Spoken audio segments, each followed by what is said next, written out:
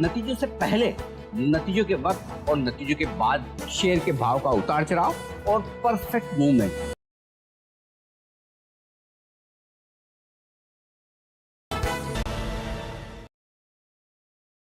देख रहे हैं जी बिजनेस में, हूं स्वाति रायना। वक्त हो गया है खबर चालीसा का, ऐसा बुलेटिन जहां एक जगह आपको मिलती है दिन भर की सारी खबरें फटाफट। शुरुआत होगी कारोबार से, फिर राजनीति, बुलेटिन के दूसरे हिस्से में तमाम राज्यों की बड़ी खबरें, स्पोर्ट्स, एंटरटेनमेंट और साथ ही दुनिया जहां का हाल। शुरुआत व्यापार की खबरों के साथ। अमेरिका में मंदी की आहट दिखनी शुरू हो गई है। अप्रैल से जून तिमाही के दौरान अमेरिका की जीडीपी ग्रोथ -0.9% रही। यह लगातार दूसरी तिमाही है जब जीडीपी ग्रोथ नेगेटिव रही है। जनवरी से मार्च तिमाही में अमेरिका की जीडीपी ग्रोथ -1.6% रही थी। दूसरी तिमाही में अमेरिका में 0.5% जीडीपी ग्रोथ का अनुमान लगाया गया था। लगातार 2 तिमाहियों में नेगेटिव जीडीपी ग्रोथ मंदी की सर्वमान्य परिभाषा मानी जाती है। महंगाई की तेज उछाल के बीच फेड की ओर से ब्याज दरें बढ़ाने के बावजूद अमेरिकी इकोनॉमी पटरी पर आती नहीं दिख रही। अमेरिकी फेड की ओर से ब्याज दरों में 0.75% की बढ़ोतरी और फेड चेयरपर्सन जेरोम पावेल की ओर से मंदी की बात को खारिज करने के बाद ग्लोबल बाजारों में तेजी देखने को मिली। इन ग्लोबल रुझानों के दम पर भारतीय बाजारों ने भी जोश दिखाया। भारतीय बाजारों की मजबूती के साथ शुरुआत हुई। कारोबार के दौरान मजबूती लगातार बनी रही। बाजार में चौतरफा खरीदारी देखने को मिली। कारोबार के अंत में सेंसेक्स 1041 अंक की बढ़त के साथ 56,858 के स्तर पर बंद हुआ। निफ्टी 288 अंक चढ़कर 16,927 के लेवल पर बंद होने में कामयाब रहा। बैंक निफ्टी भी करीब 600 अंकों की तेजी के साथ बंद हुआ। आज की तेजी में सेंसेक्स के 30 में से 26 शेयर हरे निशान में बंद होने में कामयाब रहे। सेंसेक्स पर बजाज ट्विन्स यानी बजाज फिनसर्व और बजाज फाइनेंस दोनों 10-10% की तेजी के साथ बंद हुए। टाटा स्टील और कोटक महिंद्रा बैंक में 4-4% से ज्यादा की मजबूती रही। इंडसइंड बैंक और इन्फोसिस 3-3% से ज्यादा मजबूती के साथ बंद होने में कामयाब रहे। नेस्ले, एशियन पेंट्स, विप्रो भी 2-2% से ज्यादा की तेजी के साथ बंद हुए। सेंसेक्स में सिर्फ 5 स्टॉक लाल निशान में बंद हुए। ये स्टॉक हैं भारतीय Airtel, UltraTech, doctor Reddy's, ITC और सन फार्मा। मिड कैप और स्मॉल कैप शेयरों में भी आज खरीदारी रही। बजाज फिनसर्व के अप्रैल से जून तिमाही के नतीजे अनुमान के मुताबिक रहे। इस दौरान कंपनी का कंसो मुनाफा सालाना आधार पर 57% बढ़कर 1,310 करोड़ रुपए रहा। कंपनी के बोर्ड ने 1 शेयर के बदले 5 शेयर विभाजन को मंजूरी दी। साथ ही 1 शेयर के बदले 1 बोनस शेयर को भी मंजूरी दी गई। यानी अगर किसी के पास 1 शेयर होंगे तो शेयर विभाजन और बोनस के बाद कुल शेयरों की संख्या 10 हो जाएगी। पहली तिमाही में कंपनी का नेट एनपीए तिमाही आधार पर 0.68% से घटकर 0.51% रहा, जबकि ग्रॉस एनपीए 1.68% से घटकर 1.25% रहा। एफएमसीजी सेक्टर की दिग्गज कंपनी नेस्ले इंडिया के अप्रैल जून तिमाही के नतीजे अनुमान के मुताबिक ही रहे। इस दौरान कंपनी का मुनाफा 4% घटकर 515 करोड़ रुपए रहा। जी बिजनेस ने 568 करोड़ रुपए के मुनाफे का अनुमान दिया था। सालाना आधार पर नेस्ले इंडिया की आय 16% बढ़कर 4,007 करोड़ रुपए रही। कंपनी की मार्जिन सालाना आधार पर 24.1% से घटकर 19.7% पर आ गई। कंपनी के बोर्ड ने पूर्णिया पेट फूड कारोबार के अधिग्रहण को भी मंजूरी दे दी है। ये कंपनी भारत में baby food brand Gerber launch करेगी।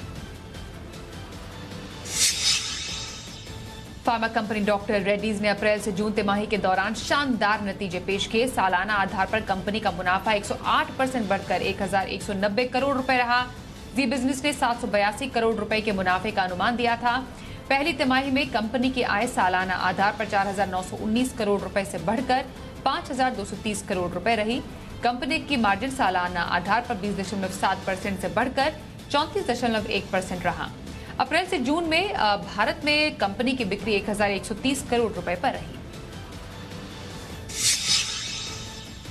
केंद्र सरकार अतिरिक्त शुगर एक्सपोर्ट को मंजूरी देने पर विचार कर रही है। जी बिजनेस को मिली सूत्रों से जानकारी के मुताबिक सरकार 10 से 12 लाख टन अतिरिक्त शुगर एक्सपोर्ट को मंजूरी दे सकती है।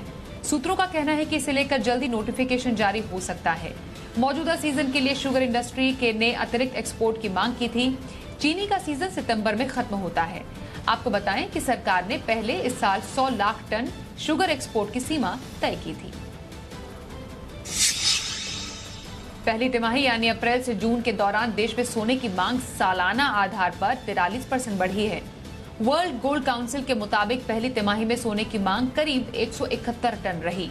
इस दौरान सालाना आधार पर गोल्ड इंपोर्ट 34 टन से बढ़कर 70 टन रहा। सालाना आधार पर ज्वेलरी के लिए सोने की मांग 49% बढ़ी है। हालांकि इस दौरान निवेश के लिए सोने की मांग में सिर्फ 20% की ही बढ़ोतरी हुई। इस दौरान सोने की ग्लोबल डिमांड 8% घटी है। दुनिया भर के सेंट्रल बैंकों ने अप्रैल से जून में सालाना आधार पर 14% कम सोना खरीदा। प्रधानमंत्री नरेंद्र मोदी कल Gujarat international finance tech city में देश के पहले इंटरनेशनल बुलियन एक्सचेंज की शुरुआत करेंगे। इस दौरान PM Modi international financial service centre authority यानी IFCA के मुख्यालय भवन की आधारशिला भी रखेंगे। IIBX भारत में सोने के फाइनेंशियलाइजेशन को बढ़ावा देने का काम करेगा। साथ ही इससे लोगों को क्वालिटी के भरोसे के साथ सही प्राइस डिस्कवरी की सुविधा भी मिलेगी। इस बुलियन एक्सचेंज को भारत में सोने के इंपोर्ट का बड़ा एंट्री गेट माना जा रहा है। बताया जा रहा है कि अब देश में जो भी सोना आएगा वो इसी एक्सचेंज के जरिए आएगा। इंश्योरेंस रेगुलेटर IRDAI ने इंश्योरेंस कंपनियों के लिए पूंजी जुटाने के नियम आसान कर दिए हैं। सूत्रों के मुताबिक बोर्ड बैठक में IRDAI ने फैसला लिया है कि अब इंश्योरेंस कंपनियों को पूंजी जुटाने के लिए वैकल्पिक तरीकों में IRDAI की मंजूरी नहीं लेनी होगी। यानी अब बॉन्ड से पूंजी जुटाने के लिए रेगुलेटरी मंजूरी नहीं लेनी होगी। इसके अलावा कॉर्पोरेट एजेंसी के नियमों में भी बदलाव किया गया है। अब बैंक 3 से ज्यादा लाइफ इंश्योरेंस, हेल्थ इंश्योरेंस और जनरल इंश्योरेंस कंपनियों के प्रोडक्ट्स अपने ग्राहकों को ऑफर कर पाएंगे। कांग्रेस नेता अधीर रंजन चौधरी की ओर से राष्ट्रपति द्रौपदी मुर्मू को लेकर दिए गए आपत्तिजनक बयान पर आज जोरदार हंगामा देखने को मिला। अधीर रंजन चौधरी ने राष्ट्रपति द्रौपदी मुर्मू को राष्ट्रपत्नी कहा था, जिसे लेकर बीजेपी ने जोरदार हंगामा किया। बीजेपी ने अधीर से माफी मांगने की मांग की, लेकिन उन्होंने कहा कि उनकी जुबान फिसल गई थी और वो माफी नहीं मांगेंगे। लेकिन बीजेपी के भारी विरोध को देखते हुए अधीर रंजन चौधरी ने कहा कि वो राष्ट्रपति से माफी मांगेंगे, लेकिन किसी और से नहीं।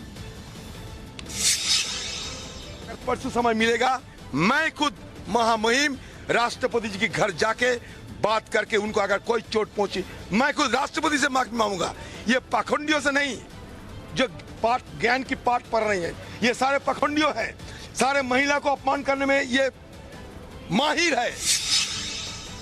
कांग्रेस सांसद अधीर रंजन चौधरी के राष्ट्रपति पर दिए गए बयान को लेकर आज जोरदार हंगामा हुआ। केंद्रीय मंत्री स्मृति ईरानी ने कांग्रेस पर निशाना साधते हुए कहा कि कांग्रेस को बर्दाश्त नहीं कि कोई आदिवासी राष्ट्रपति बने। इसे लेकर संसद परिसर में कांग्रेस अध्यक्ष सोनिया गांधी और स्मृति ईरानी के बीच नोकझोंक हुई। दोनों के बीच बहस हुई तो सोनिया ने स्मृति से कहा, डोंट टॉक टू मी। वित्त मंत्री निर्मला सीतारमण ने आरोप लगाया कि सोनिया ने बीजेपी के महिला सांसदों को धमकाया है।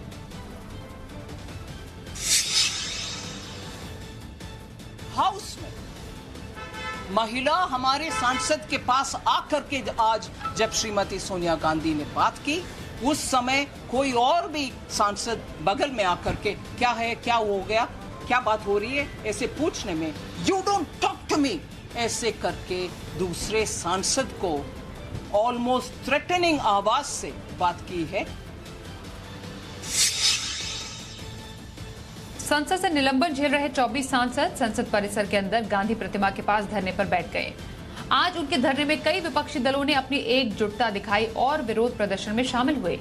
निलंबन को रद्द करने के लिए सदन में अपने सदस्यों के व्यवहार पर खेद व्यक्त करने के सभापति के प्रस्ताव को विपक्ष ने अस्वीकार कर दिया है। वहीं निलंबित किए गए कुल 24 सांसदों में राज्यसभा से 20 सांसद भी हैं। इसमें टीएमसी के 7, डीएमके के 6, तेलंगाना राष्ट्र समिति के 3, भारतीय कम्युनिस्ट पार्टी के 2 और सीपीआई और आम आदमी पार्टी के 1-1 सांसद शामिल हैं। पश्चिम बंगाल के मुख्यमंत्री ममता बनर्जी ने स्कूल भर्ती घोटाले के आरोपी पार्थ चटर्जी को मंत्री पद से बर्खास्त कर दिया है। आज हुई कैबिनेट की बैठक में मुख्यमंत्री ने फैसले पर अपनी मुहर लगाई। इस बारे में नोटिफिकेशन भी जारी कर दिया गया है। पार्थ चटर्जी के पास उद्योग, संसदीय कार्य के अलावा आईटी एंड इलेक्ट्रॉनिक्स विभाग भी था। फिलहाल ममता बनर्जी ने ये सभी विभाग अपने पास रखे हैं। साथ ही पार्थ को पार्टी के राज्य महासचिव, राष्ट्रीय उपाध्यक्ष, पार्टी की अनुशासनात्मक कमेटी और तृणमूल मुखपत्र जागो बांग्ला के संपादक पद से जांच पूरी होने तक के लिए निलंबित कर दिया गया है। बंगाल के शिक्षक भर्ती घोटाले में बंगाल के पूर्व मंत्री की करीबी अर्पिता मुखर्जी के एक और फ्लैट पर छापा पड़ा। ईडी ने इस बार कोलकाता एयरपोर्ट के पास चिनार पार्क में रेड की। हालांकि यहां अब तक छापे में क्या क्या मिला, इसकी जानकारी सामने नहीं आ पाई है। बुधवार से चली 18 घंटे की रेड में ईडी ने पार्थ की करीबी अर्पिता मुखर्जी के दूसरे घर से 28 करोड़ रुपए कैश और 5 किलो गोल्ड जब्त किया था। कैश के बारे में ईडी के सवाल पर अर्पिता ने बताया कि ये सारे रुपए पार्थ चटर्जी के हैं। अर्पिता ने कहा कि पार्थ इस घर का इस्तेमाल रुपए रखने के लिए किया करते थे। बीजेपी कार्यकर्ता प्रवीण नेट्टारू की हत्या के बाद पैदा हुए तनाव को लेकर सीएम बसवराज बोम्मई ने साफ किया कि अगर अशांति फैलाने की कोशिश कर रहे राष्ट्र विरोधी और सांप्रदायिक तत्वों से निपटने के लिए योगी मॉडल अपनाया जा सकता है। सीएम बोम्मई ने साफ कहा कि कानून व्यवस्था से कोई समझौता नहीं किया जाएगा। उन्होंने कहा, हमने राष्ट्र विरोधी और सांप्रदायिक ताकतों द्वारा किए जाने वाले संगठित अपराध के खिलाफ जंग शुरू की है और उसके नतीजे जल्द लोगों के सामने आएंगे। साथ ही सीएम बोम्मई ने इसके साथ ही लोगों से शांति बनाए रखने की अपील भी की।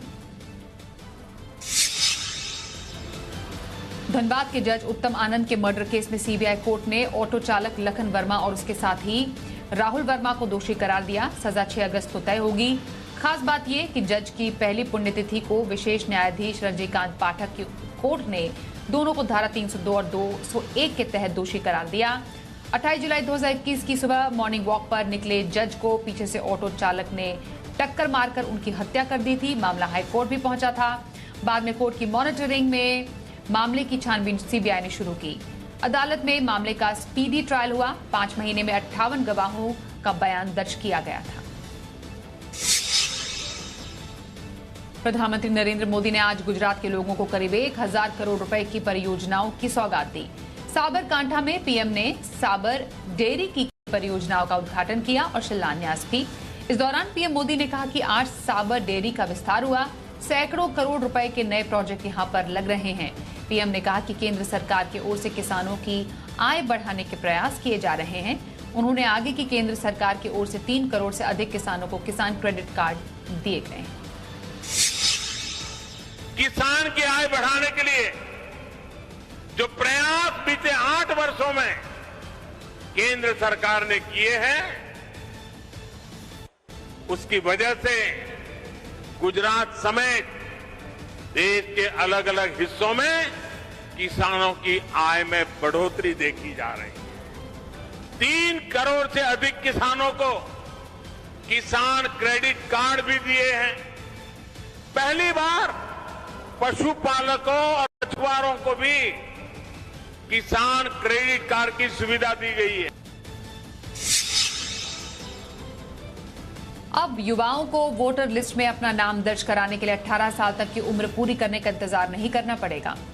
युवा 17+ होने पर वोटर कार्ड के लिए एडवांस में अप्लाई कर सकेंगे। मुख्य चुनाव आयुक्त राजीव कुमार और चुनाव आयुक्त अनूप चंद्र पांडे ने सभी राज्यों में संबंधित अधिकारियों ने इस संबंध में निर्देश दिए हैं। पहले युवाओं को 18 साल की उम्र पूरी होने के बाद वोटर लिस्ट से नाम जुड़वाने का आवेदन करने के लिए 1 जनवरी का इंतजार करना पड़ता था।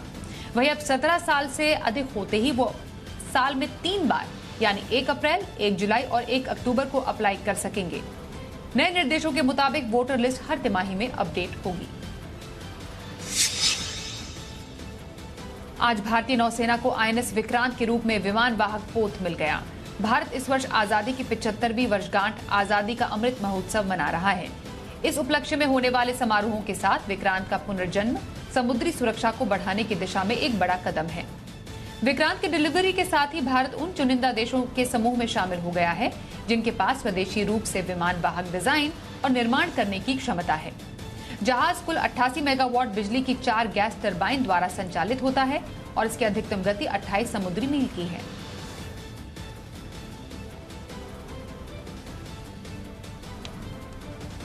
रुकते एक ब्रेक के लिए, खबरों का सिलसिला जारी रहेगा।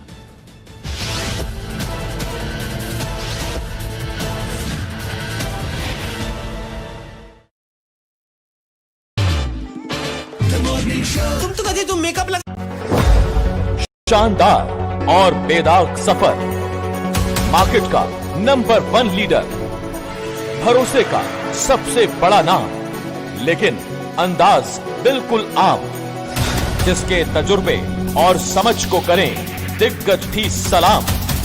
आसान भाषा में सिर्फ मुनाफे की बात, तभी तो देश चलता है जी बिजनेस के साथ। 16 साल से आपका भरोसेमंद बिजनेस न्यूज चैनल जी बिजनेस, आपका फायदा। आपका चहेता चैनल जी बिजनेस अब आपके फिंगर टिप पर। लाइव टीवी, देश दुनिया, शेयर बाजार और बिजनेस वर्ल्ड का सारा एक्शन हिंदी और इंग्लिश में।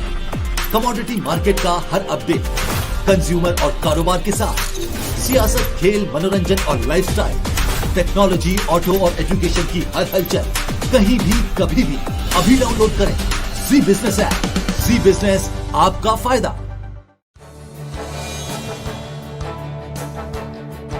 डीजल सीजन में आपको क्या चाहिए? सबसे पहले और तेज नतीजे,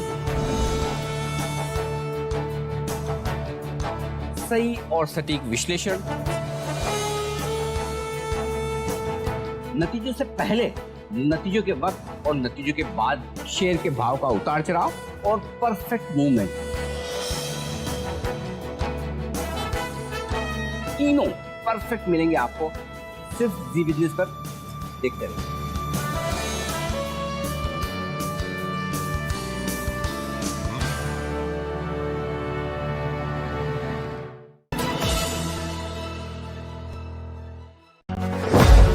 शानदार और बेदाग सफर, मार्केट का नंबर 1 लीडर, भरोसे का सबसे बड़ा नाम, लेकिन अंदाज बिल्कुल आम, जिसके तजुर्बे और समझ को करें दिग्गज भी सलाम। आसान भाषा सिर्फ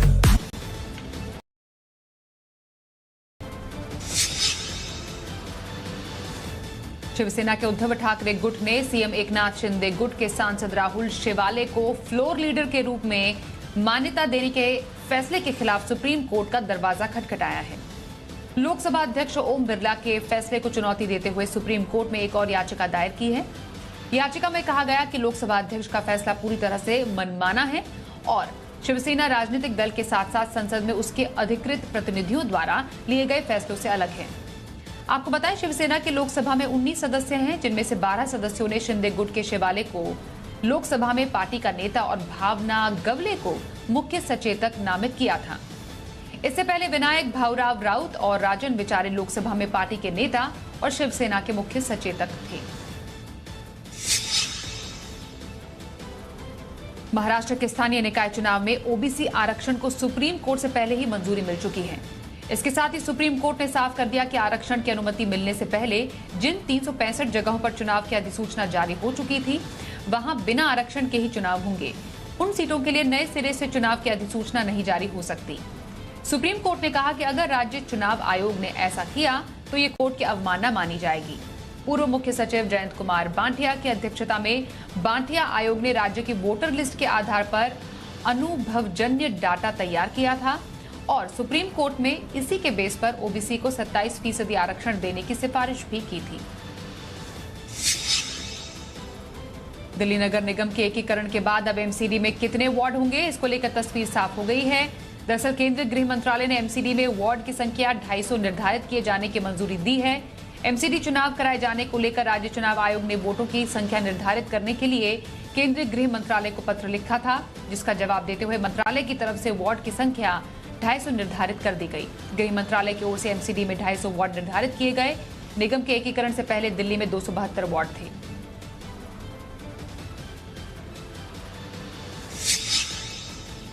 उत्तर प्रदेश स्थित कानपुर में बीते महीने हुए हिंसा के मामले में पुलिस ने 4 आरोपियों पर गैंगस्टर एक्ट के तहत कार्रवाई की है। चारों आरोपियों के खिलाफ गैंगस्टर एक्ट के तहत कार्रवाई करने के लिए पुलिस कमिश्नर और जिला अधिकारी ने निर्देश जारी किए हैं। 3 जून को हुई हिंसा में जिस तरह सांप्रदायिक माहौल को बिगाड़ने का काम किया गया था, इस मामले में पुलिस ने सख्ती के साथ कार्रवाई करते हुए 60 लोगों को गिरफ्तार किया।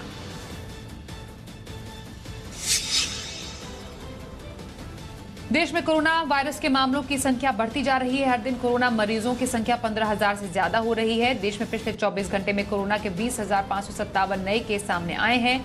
44 लोगों की मौत भी हुई है। स्वास्थ्य मंत्रालय के आंकड़ों के मुताबिक अब देश में कोरोना के सक्रिय मामलों की संख्या बढ़कर 1,47,000 के पार जा चुकी है। आर माधवन की film Rocketry the Nambi effect हाल ही में रिलीज हुई है, जिसे दर्शकों ने खूब पसंद किया है। रॉकेटरी की सफलता के बाद अब आर माधवन एक सस्पेंस थ्रिलर फिल्म में नजर आने वाले हैं। धोखा राउंड द कॉर्नर का धमाकेदार टीजर रिलीज हो चुका है। फिल्म के टीजर से समझ आ रहा है कि फिल्म रिश्तों में धोखे की कहानी को बयां करेगी। इस फिल्म में आर माधवन के अलावा अपार शक्ति खुराना, दर्शन कुमार और खुशहाली कुमार भी अहम भूमिका में नजर आएंगे। 23 सितंबर को सिनेमाघरों में यह फिल्म रिलीज होगी। फिल्म मेकर करण मल्होत्रा की डायरेक्शन में बनी शमशेरा बॉक्स ऑफिस पर कुछ कमाल नहीं कर पा रही है। इस फिल्म में रणबीर कपूर, संजय दत्त और बानी कपूर लीड रोल में हैं। फिल्म के फ्लॉप होने और ऑडियंस से अच्छा रिस्पांस न मिलने के कारण डायरेक्टर करण ने रिएक्ट किया है। करण ने सोशल मीडिया पर पोस्ट शेयर करते हुए लिखा, मैं माफी मांगना चाहता हूं क्योंकि मैं नफरत और गुस्से को संभाल नहीं पाया। मेरी वापसी मेरी ही कमजोरी थी और इसके लिए कोई और एक्सक्यूज नहीं दूंगा। बॉलीवुड एक्ट्रेस करीना कपूर खान वीरे दी वेडिंग के बाद एक बार फिर फिल्म मेकर रिया कपूर के साथ काम करने वाली हैं। हाल ही में एक इंटरव्यू के दौरान उन्होंने इस बात का खुलासा किया। बताया फिल्म वीरे दी वेडिंग का सीक्वल नहीं है। साथ ही उन्होंने ये भी बताया कि इस फिल्म की कहानी महिलाओं पर आधारित है। तेलुगु फिल्म इंडस्ट्री ने मंगलवार को एक बड़ी अनाउंसमेंट की। तेलुगु फिल्म प्रोड्यूसर्स गिल्ड के सदस्यों ने इस बात का ऐलान किया कि 1 अगस्त 2022 से सभी फिल्मों की शूटिंग नहीं होगी। मेकर्स ने यह फैसला इंडस्ट्री को रिस्ट्रक्चर करने के लिए किया है।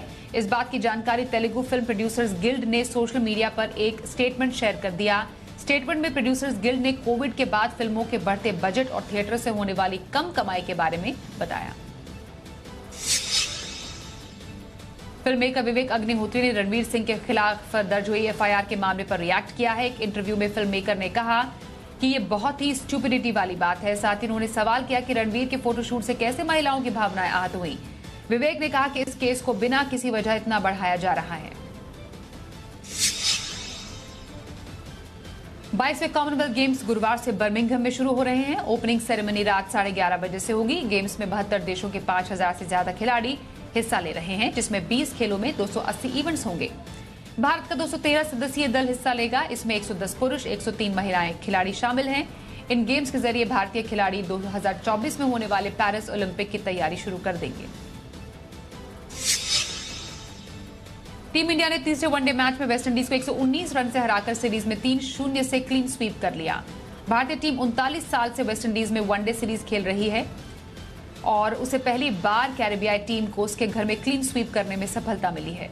तीसरे वनडे में भारत ने टॉस जीतकर पहले बल्लेबाजी की। भारत ने 36 ओवर में 3 विकेट खोकर 225 रन बनाए। वेस्टइंडीज को डकवर्थ लुइस नियम के तहत 35 ओवर में 257 रन का टारगेट मिला, लेकिन कैरेबियाई टीम 26 ओवर में 137 रन के स्कोर पर सिमट गई। वनडे सीरीज में 3-0 से क्लीन स्वीप करने के बाद टीम इंडिया की ड्रेसिंग रूम का वीडियो सामने आया है, जिसमें टीम के खिलाड़ी इस जीत को सेलिब्रेट करते नजर आ रहे हैं। वीडियो की शुरुआत कोच राहुल द्रविड़ की सीरियस स्पीच से होती है। उसके बाद नंबर आता है गब्बर यानी कप्तान शिखर धवन का। कप्तान अपनी स्पीच थोड़े शब्दों में ही खत्म कर देते हैं और फिर टीम से कहते हैं कि जैसा हमने पहले ही किया था, जीत के बाद सेलिब्रेट करेंगे। टीम इंडिया के ओपनर शुभमन गिल अपनी टेक्निकल और स्टाइलिश बल्लेबाजी के लिए जाने जाते हैं। बुधवार को भारत वेस्टइंडीज मुकाबले के दौरान शुभमन की जबरदस्त पारी दिखी। नाबाद 98 रनों की इस पारी में शुभमन के कई आकर्षक शॉट देखने को मिले। 22 साल के बल्लेबाज ने बॉल को 9 दफा बाउंड्री के पार पहुंचाया। पाकिस्तान ने चेन्नई में हो रहे 44वें चेस ओलंपियाड से हटने का फैसला लिया है।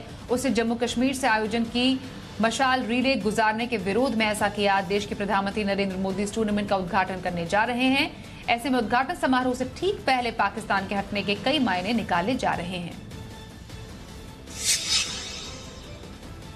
नॉर्थ कोरिया के तानाशाह किम जोंग उन ने अमेरिका और साउथ कोरिया को एटमी हमले की धमकी दी है। राजधानी प्योंगयांग में एक मिलिट्री सेरेमनी के दौरान किम ने कहा कि उत्तर कोरिया एटमी ताकत का इस्तेमाल करने के लिए तैयार है। अगर अमेरिका या साउथ कोरिया से जंग होती है तो वो न्यूक्लियर पावर का इस्तेमाल करने में हिचकेंगे नहीं। भारतीय मूल के ऋषि सुनक इन दिनों दुनिया भर में चर्चा में है। वो ब्रिटिश प्रधानमंत्री बनने की दौड़ में शामिल है। पिछले कई दिनों से वो अपने नजदीकी प्रतिद्वंदी को कड़ी टक्कर दे रहे हैं। इस बीच चीन उनके कुछ बयानों पर सख्त एतराज हो गया है और भड़क गया है। यहां तक कि चीन ने कह दिया कि वो अपनी हद में रहें और अपने दम पर चुनाव लड़कर दिखाएं। इराक में ईरान समर्थक शख्स को प्रधानमंत्री पद का उम्मीदवार बनाए जाने का विरोध बेहद हिंसक हो गया। हजारों प्रदर्शनकारियों ने सेंसिटिव ग्रीन जोन को पार किया और संसद जा पहुंचे। यहां की दीवारों को फांदकर इस संसद भी घुस गए। सुरक्षा बल यहां मौजूद थी, लेकिन वो भी इन लोगों को रोकने में नाकाम रही। पाकिस्तान की सत्ता से बेदखल किए जाने के बाद पूर्व पीएम इमरान खान मौजूदा सरकार पर खूब हमलावर हैं। इमरान महीनों से बड़ी बड़ी रैलियां निकाल रहे हैं, जिसमें भारी भीड़ भी है। इस बीच इमरान खान ने सत्तारूढ़ गठबंधन के साथ बातचीत के लिए बैठने की किसी भी संभावना से इनकार किया है। सोमालिया के 2 शहरों में अलग अलग बम हमलों में कम से कम 19 लोग मारे गए। हमले में 23 लोगों के घायल होने की खबर है। पहली घटना मार्का शहर में हुई, जहां एक हमलावर ने खुद को बम से उड़ाया। इस हमले में मेयर अब्दुल्लाही अली वाफो मारे गए, जबकि 12 और लोगों की जान चली गई। 5 घायल हुए हैं। दूसरी घटना अफगोए शहर में हुई, जहां 2 हमले हुए। इनमें 7 लोग मारे गए। इस्लामी आतंकवादी समूह अल शबाब ने हमले की जिम्मेदारी ली है। इसका मकसद 2017 में बनी सोमालियाई सरकार को जड़ से उखाड़ना है। खबर 40 में बस इतना ही। रुकते हैं ब्रेक के लिए। देखते रहिए जी बिजनेस।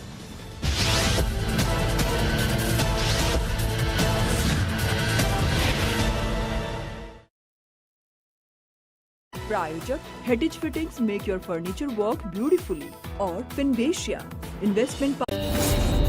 आपका चहेता चैनल सी बिजनेस अब आपके फिंगर टिप्स पर। लाइव टीवी, देश दुनिया, शेयर बाजार और बिजनेस वर्ल्ड का सारा एक्शन हिंदी और इंग्लिश में। कमोडिटी मार्केट का हर अपडेट, कंज्यूमर और कारोबार के साथ सियासत, खेल, मनोरंजन और लाइफस्टाइल, टेक्नोलॉजी, ऑटो और एजुकेशन की हर हलचल, कहीं भी कभी भी। अभी डाउनलोड करें जी बिजनेस ऐप। जी बिजनेस, आपका फायदा। डीजल सीजन में आपको क्या चाहिए? सबसे पहले और तेज नतीजे,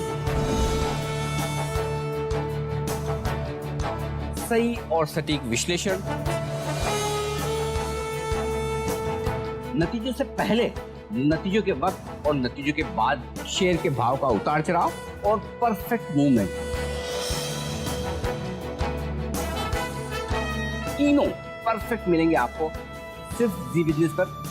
देखते रहिए।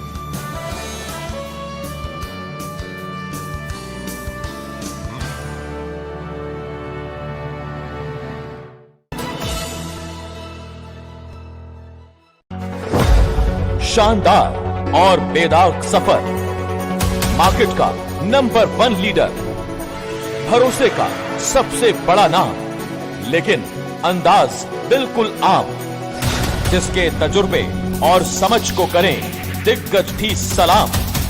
आसान भाषा में सिर्फ मुनाफे की बात, तभी तो देश चलता है जी बिजनेस के साथ। 16 साल से आपका भरोसेमंद बिजनेस न्यूज चैनल जी बिजनेस, आपका फायदा। आपका चहेता चैनल सी बिजनेस अब आपके फिंगर टिप्स पर। लाइव टीवी, देश दुनिया, शेयर बाजार और बिजनेस वर्ल्ड का